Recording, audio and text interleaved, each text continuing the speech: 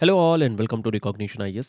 Day 3 के HPSC interview के लिए आज हम लोग डिस्कस करने वाले हैं पीएचडी से रिलेटेड क्या कुछ क्वेश्चंस आपके इंटरव्यू में पूछे जा सकते हैं। सबसे पहले अगर आप लोगों ने पीएचडी कर रखी है या फिर पीएचडी आपकी ऑनगोइंग है या अगर आप नहीं भी कर रखे हैं तो भी कुछ प्रोबेबल क्वेश्चन आपसे पूछे जा सकते हैं। लास्ट के टाइम पे हम लोगों ने लास्ट जो सेशन हम लोगों ने किया था उसमें हम लोगों ने बेसिकली डिस्कस किया हुआ था कि आखिर में इंट्रोडक्शन किस तरीके से हमें देना है। तो शुरू में आप जब भी इंट्रोड्यूस करेंगे अपने बोर्ड को, तो इंट्रोड्यूस करने के बाद में दो पॉसिबिलिटी हो सकती है। या तो आपके जो हॉबीज़ हैं उनको लेकर के क्वेश्चन पुटअप किए जाएंगे या फिर आपके आपके एकेडमिक्स से रिलेटेड क्वेश्चन पूछे जा सकते हैं। अगर आपके हॉबी से रिलेटेड क्वेश्चन चले गए तो एक इंटायरली डिफरेंट डायरेक्शन में आपका इंटरव्यू जाएगा। लेकिन यही सेम अगर आपके एकेडमिक्स से रिलेटेड आ गया तो आपसे ये पूछा जा सकता है कि आपकी 10th कहाँ हुई है, 12th कहाँ पर हुई है, फिर उसके बाद से ग्रेजुएशन, पोस्ट ग्रेजुएशन और फिर कंटिन्यूअसली उसके मार्किंग अगर आपके सैचुरेटेड हैं, अच्छे हैं और एक जैसे हैं तब तो कोई दिक्कत नहीं है। लेकिन अगर मान लेते हैं किसी तरीके का अगर जिगजैग देखने को मिल रहा है या फिर मान रहे हैं किसी में बहुत ज़्यादा है, किसी में कम है, तो एक सवाल वहाँ पर ज़रूर बन जाता है कि आखिर में क्या ऐसा हो गया था कि आपके जो मार्क्स है वो इतने ज़्यादा वेरिएशन इसमें देखने को मिल रहे हैं। और अगर मान लेते हैं कि सपोज़ आपने मास्टर्स करने के बाद में अगर आपने पीएचडी कर रखी है तो आपसे फिर पीएचडी के क्या इसके पीछे के पॉसिबिलिटीज़ हो सकते हैं, क्या कुछ हो सकते हैं, वो हम लोग अभी डिस्कस करने वाले हैं कि आखिर में पीएचडी से रिलेटेड क्या कुछ क्वेश्चंस आपसे पूछे जा सकते हैं। तो अगर एकेडमिक से रिलेटेड क्वेश्चन पूछा जाएगा तो मान करके चलिए पीएचडी से रिलेटेड आपके क्वेश्चन तो पूछे जाने ही जाने हैं। अब पहला सवाल आता है कि मान लेते हैं आपने पीएचडी में इनरोल नहीं किया है, तब आपसे सवाल ये पूछा जा सकता है कि अभी तक आपने पीएचडी में इनरोलमेंट क्यों नहीं किया हुआ है। अगर मान लेते हैं आपका नेट काफ़ी पहले का है, 2-3 साल हो चुके हैं, तो आपसे ये सवाल बिल्कुल पूछा जा सकता है कि क्यों नहीं आपको क्यों आपने पीएचडी में इनरोलमेंट क्यों नहीं की हुई है। क्योंकि देखिए अगर आप असिस्टेंट प्रोफेसर के लिए देख रहे हैं और अगर मान लेते हैं आपने ऑलरेडी नेट क्वालिफाइड है तो फिर आपसे एक्सपेक्ट किया जाता है कि आप पीएचडी में इनरोलमेंट कर चुके होंगे। और अगर नहीं किया हुआ है तो उसके पीछे एक जो रीज़न है वो रीज़न अपना थोड़ा सा प्रिपेयर करके रखिएगा कि क्यों आखिर में मैंने अभी तक नेट होने के बावजूद क्यों नहीं पीएचडी में इनरोलमेंट किया हुआ है। ये पहला सवाल बन जाता है। दूसरा सवाल यह बन जाता है कि चलो ठीक है, आपने पीएचडी मान लो इनरोल नहीं किया है तो आपने मास्टर्स में जो डिसर्टेशन कर रखी है उस डिसर्टेशन से रिलेटेड फिर क्वेश्चन पूछे जा सकते हैं। अगर आपने पीएचडी कंप्लीट कर रखी है तो और पीएचडी ऑनगोइंग है या फिर डिसर्टेशन, इन तीनों से रिलेटेड क्या कुछ पॉसिबल क्वेश्चंस बन सकते हैं। अब हम लोग डिस्कस करना शुरू करते हैं। सबसे पहले तो यही पूछ लिया जाएगा कि क्या आपने पीएचडी की हुई है। अगर आपने बोला हाँ तो फिर आपको बोला जाएगा कि ठीक है, आप अपने टॉपिक को इंट्रोड्यूस करिए।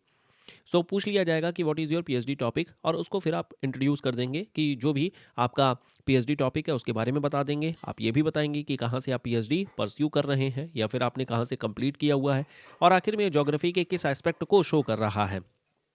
फिर आपसे ये सवाल पूछा जाएगा कि आखिर में क्यों आपने ये टॉपिक चूज़ किया है।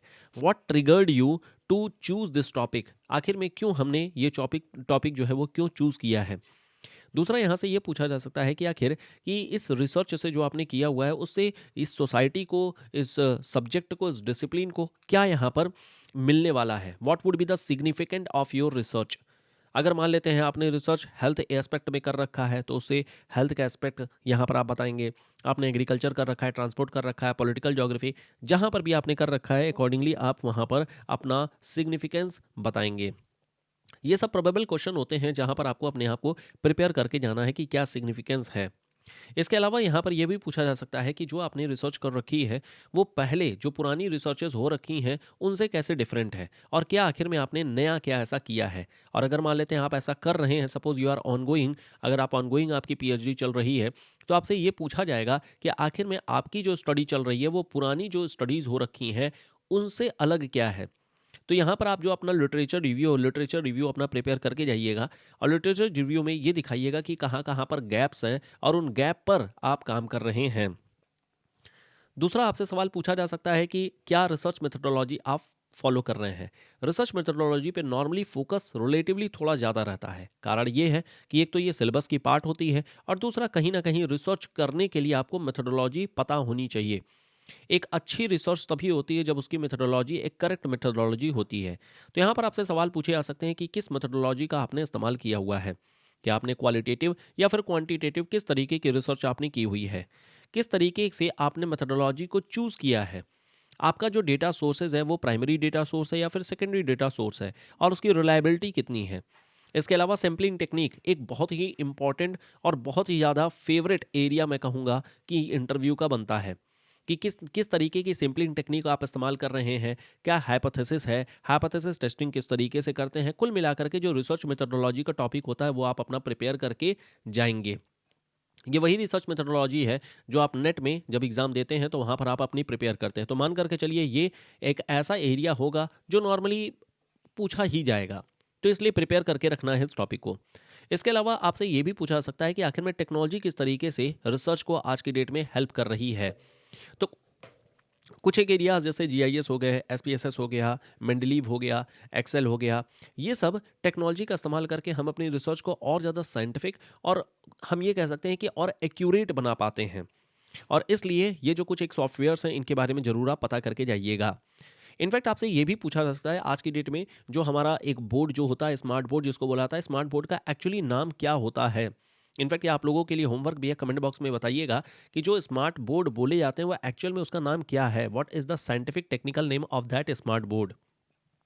फिर आपसे पूछा जा सकता है कि क्या फाइंडिंग्स आपकी आ रही हैं। सपोज अगर आपने कंप्लीट कर रखा है तो सीधी सी बात है आपको अपना मेजर फाइंडिंग के बारे में पता होगा, तो आप अपने मेजर फाइंडिंग के बारे में बता देंगे। आप अपनी रिसर्च की जो ओरिजिनलिटी है जो आपने कंट्रीब्यूट कर रखा है उसके बारे में आपसे पूछा जाएगा, और ये तभी जब आपने ऑलरेडी कंप्लीट कर रखा हो। आपसे ये भी पूछा जा सकता है कि कैसे आप इस रिसर्च को अपने टीचिंग में कैसे इस्तेमाल करेंगे। How will you introduce this research to your students. इसके अलावा क्या पॉलिसी इम्प्लीकेशन आप अपने रिसर्च से निकाल करके लेकर के आ रहे हैं, इन सब चीज़ों के बारे में यहाँ पर पूछा जा सकता है। कुल मिलाकर के जो लोग अपनी पीएचडी कंप्लीट कर रखे हैं वो इस तरीके के क्वेश्चन को प्रिपेयर करके जाएंगे। हालांकि बहुत कम ही लोग हैं जिन्होंने अपनी पीएचडी कंप्लीट करके रखी हुई है, लेकिन फिर भी अगर जिन्होंने कंप्लीट कर रखी है तो उन लोगों के लिए ये प्रोबेबल एरियाज है जहाँ से क्वेश्चन पूछे जा सकते हैं। फिर हमारे पास एक लिमिटेशन आ जाती है, जैसे किसी भी रिसर्च की अपनी एक लिमिटेशन होती है, उस लिमिटेशन को लेकर के सवाल पूछा जा सकता है कि आपने अपनी रिसर्च के दौरान में क्या कुछ चैलेंजेस फेस किए थे, क्या आपकी लिमिटेशन आई थी। हालांकि एक ऐसा एरिया है जहां पर नॉर्मली क्वेश्चन उतना नहीं पूछा जाना चाहिए। मतलब ये नॉर्मली थोड़ा पीएचडी ओरिएंटेड ही क्वेश्चन हो गया, जो आपकी पीएचडी की फाइनल वॉइस वाइवा होती है उसका क्वेश्चन हो गया। यहाँ पर इतना क्वेश्चन इस पर नहीं पूछा जाना चाहिए। फिर इसके बाद आपसे पब्लिकेशन से रिलेटेड क्वेश्चंस पूछे जा सकते हैं कि आपने कोई रिसर्च पेपर पब्लिश किया है तो कहाँ किया है, यूजीसी केयर में, स्कूपस में या फिर पीयर रिव्यूड में। क्या आपने कॉन्फ्रेंसेस या फिर सेमिनार अटेंड की है, प्रेजेंटेशन दे रखा है, या फिर आपके फ्यूचर क्या प्लान्स है पीएचडी को लेकर के। ये वो एरियाज़ हैं जहाँ से नॉर्मली क्वेश्चन वगैरह कुछ-कुछ पूछा जाता है। तो ये तो चलो ठीक है, ये एक ऐसे एरियाज़ हो गए जहाँ पर हम बोल सकते हैं कि बड़ा जनरल से एस्पेक्ट है। लेकिन मान कर के चलिए जो शुरुआत की 2 चीज़ें थी कि आपकी पीएचडी का टॉपिक क्या है, उसको इंट्रोड्यूस करना, उसके बारे में बताना, उसकी लिटरेचर रिव्यू के बारे में बताना, और किस एरिया में आप काम कर रहे हैं, what is that gap in the research जिस पर आप फोकस कर रहे हैं, और आपकी क्या रिसर्च मेथोडोलॉजी है। ये वो 2 एरियाज़ हैं जहाँ पर मान कर के चलिए आपसे हियर एंड देयर करके क्वेश्चन पूछे ही पूछे जाएँगे। इसलिए बेटर होगा कि अगर आप इन सारी चीज़ों को पहले से प्रिपेयर करके जाएं। तो ये हम लोगों ने बेसिकली आज ये डिस्कस किया कि आखिर में पीएचडी से रिलेटेड क्या कुछ क्वेश्चंस पूछे जा सकते हैं।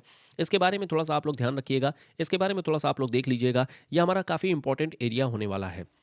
इससे रिलेटेड अगर कहीं पर किसी क्वेश्चन में आपको नहीं समझ में आए, आपको ये लगे कि क्लैरिटी नहीं मिल पा रही है, या फिर किसी क्वेश्चन में आप अटक रहे हैं, तो आप ये क्वेश्चन डिस्कस कर लीजिएगा मेरे साथ में। इससे पॉसिबल क्या यहाँ पर हो सकते हैं, क्या कुछ आंसर दिए जा सकते हैं, मैच्योर आंसर क्या होना चाहिए, ये सारी चीज़ें हम लोग डिस्कस कर सकते हैं। So that is going to be the questions for PhD related जो हमारे एस्पेक्ट हो सकते हैं। तो आज के लिए इतना प्रिपेयर करिएगा। नेक्स्ट क्लास में हम लोग कुछ एक नए टॉपिक को उठाएंगे और वहाँ पर उससे रिलेटेड क्वेश्चंस को देखेंगे। लेकिन मीनवाइल अगेन आपसे बोला जा रहा है कि जो करंट अफेयर्स से रिलेटेड चीज़ें चल रही हैं उसको आप जरूर देखते रहिए, उसके बारे में देखते रहिए, उससे रिलेटेड क्वेश्चंस वगैरह, मतलब उस एरिया को आप प्रिपेयर करके रखिएगा। तो ये थी आज की डिस्कशन, और अब इसको प्रिपेयर करिएगा, जहाँ दिक्कत होगी वहाँ पर फिर पूछ